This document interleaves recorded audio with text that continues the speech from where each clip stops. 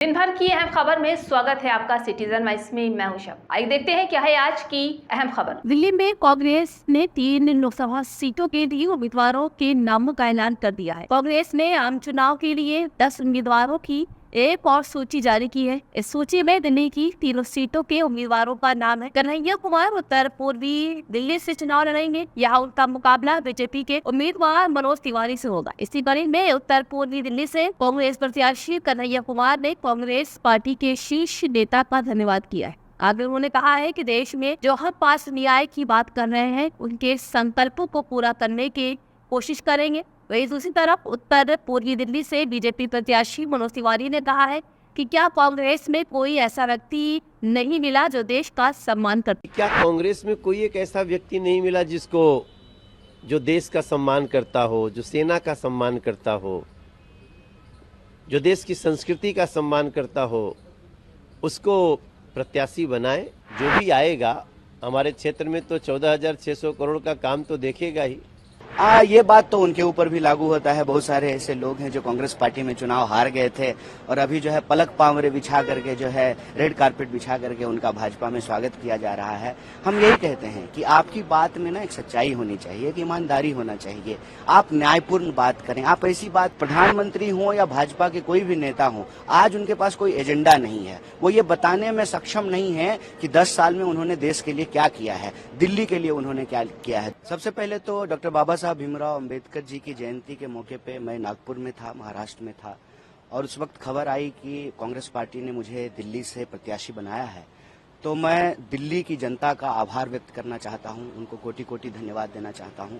मैं आभार व्यक्त करना चाहता हूं दिल्ली प्रदेश कांग्रेस कमेटी के हमारे सभी कार्यकर्ताओं का, सभी नेताओं का, सभी पूर्व विधायकों का, सांसदों का, मंत्रियों का, कि उन्होंने ये फैसला लिया है। इससे एक जो है मैसेज जाएगा देश में कि हम मजबूती से जो है लोकसभा चुनाव लड़ रहे हैं। और इसी मौके पे हम धन्यवाद देना चाहते हैं हमारे कांग्रेस पार्टी के शीर्ष नेतृत्व का, कि उन्होंने मुझे योग्य समझा है। दिल्ली की जो देश की राजधानी है वहां से प्रत्याशी के तौर पे खड़ा करने का फैसला उन्होंने लिया है, उम्मीदवार बनाने का। निश्चित तौर पे जो है हम उनकी उम्मीदों पर खरा उतरने की कोशिश करेंगे।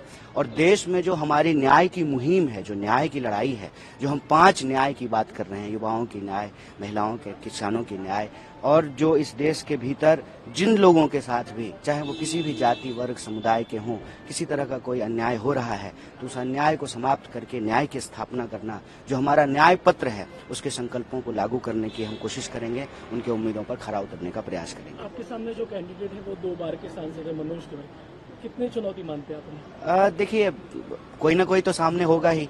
जब चुनाव हो रहा है, इट्स लाइक कि जब कोई टूर्नामेंट होता है, कोई गेम होता है तो 2 टीम होती है, तो कोई ना कोई तो सामने होता ही। मेरे ख्याल से व्यक्ति महत्वपूर्ण नहीं होता है, विचार महत्वपूर्ण होता है, मुद्दा महत्वपूर्ण होता है। 10 साल से वो सांसद हैं तो वो बताएं नॉर्थ ईस्ट की जनता को, नॉर्थ ईस्ट दिल्ली की जनता को, कि 10 साल में उन्होंने क्या किया है। और जनता तय करेगी कि जो वो कह रहे हैं अगर वो सच है, उन्होंने जो काम किया है, तो उनको अपना समर्थन और आशीर्वाद देगी। मुझे लगता है कि दिल्ली में भाजपा जो है कोई काम नहीं करती है, सिर्फ और सिर्फ जो इंडिया ब्लॉक की पार्टियां हैं उनको परेशान करना, तंग करना। जैसा कि आप जानते हैं कि दिल्ली के चुने हुए मुख्यमंत्री को बिला वजह जो है जेल में डाल दिया गया है, कई मंत्रियों को जेल में डाल दिया गया है। तो जो एक चुनी हुई सरकार है उसको अस्थिर करने का प्रयास किया जा रहा है। तो कहीं ना कहीं ये दिल्ली का अपमान है, दिल्ली के आम लोगों का अपमान है, दिल्ली के अंदर जो लोकतांत्रिक प्रक्रिया है उसका मजाक उड़ाया गया है। मुझे लगता है कि इन चीजों का सवाल जो है, इन चीजों पर जनता जरूर पूछेगी और इसका जवाब जो है माननीय सांसद जी को देना पड़ेगा। देखिए, हम तो अपने लोकसभा क्षेत्र में भाजपा के प्रत्याशी के रूप में अपने पीछे किए गए कार्यों के आधार पे लोगों से प्रार्थना कर रहे हैं, लोगों से बात कर रहे हैं। और कोई ना कोई तो आना ही था, तो जो भी आए हैं उनका स्वागत ही है। लेकिन कांग्रेस की सोच ये जरूर लोगों को अचंभित कर दी है कि क्या कांग्रेस में कोई एक ऐसा व्यक्ति नहीं मिला जिसको जो देश का सम्मान करता हो, जो सेना का सम्मान करता हो, जो देश की संस्कृति का सम्मान करता हो, उसको प्रत्याशी बनाए। तो मुझे लगता है कि दिल्ली की जनता कांग्रेस का और इसके गठबंधन का परिचय पा चुकी है। इनके शीर्ष नेतृत्व के बारे में पर्दाफाश हो चुका है। और बाकी जो भी आएगा हमारे क्षेत्र में तो 14,600 करोड़ का काम तो देखेगा ही। तो इसी बहाने उसको कैसे पहली बार मेट्रो आती है, कैसे पहली बार रेलवे स्टेशन बनता है, कैसे पहली बार एलिवेटेड रोड बनता है, कैसे पहली बार नदी पे पुल बनता है, ये सारा कुछ तो देखेगा ही। और मेरा मानना है कि जो भी आया है ना वो 40 दिन के भ्रमण पे आया है, वो भ्रमण करके चला जाएगा। हम कल भी सेवा में थे, आज भी सेवा में हैं, कल भी सेवा में रखेंगे लोग, ऐसा मेरा विश्वास है। जी हमने देखा था कि नहीं, निश्चित रूप से हमारा जो कार्य है पहले तो हमें वो बताना है, बाकी जनता को कुछ बताना नहीं पड़ता है, उसको सब पता होता है। और मनोज तिवारी भी अपनी कोई बात छुपा नहीं सकता और दूसरा भी कोई अपनी बात छुपा नहीं सकता। बात निकली है तो दूर तलक जाएगी। प्रधानमंत्री ने भी कहा कि टुकड़े टुकड़े गैंग की सुल्तान है कांग्रेस, इस साबित हो गया इस लिस्ट के बाद। 100% प्रधानमंत्री जी तो बहुत दूर की देख लेते हैं, तो जो कांग्रेस ने अपनी सोच दर्शाई है वो अब दिल्ली वासी भी समझने लगे। एक आखिरी सवाल, सुप्रीम कोर्ट केजरीवाल पहुंचे हैं अपनी गिरफ्तारी को लेकर, क्या लगता है राहत मिलेगी या क्या कहेंगे आप? देखिए, कानून अपना काम कर रहा है, हमें न्याय व्यवस्था पे भरोसा है। हमें पता है कि सत्ता का लोभी एक व्यक्ति सत्ता के बिना छटपटा रहा है, उसको चैन नहीं आ रहा है।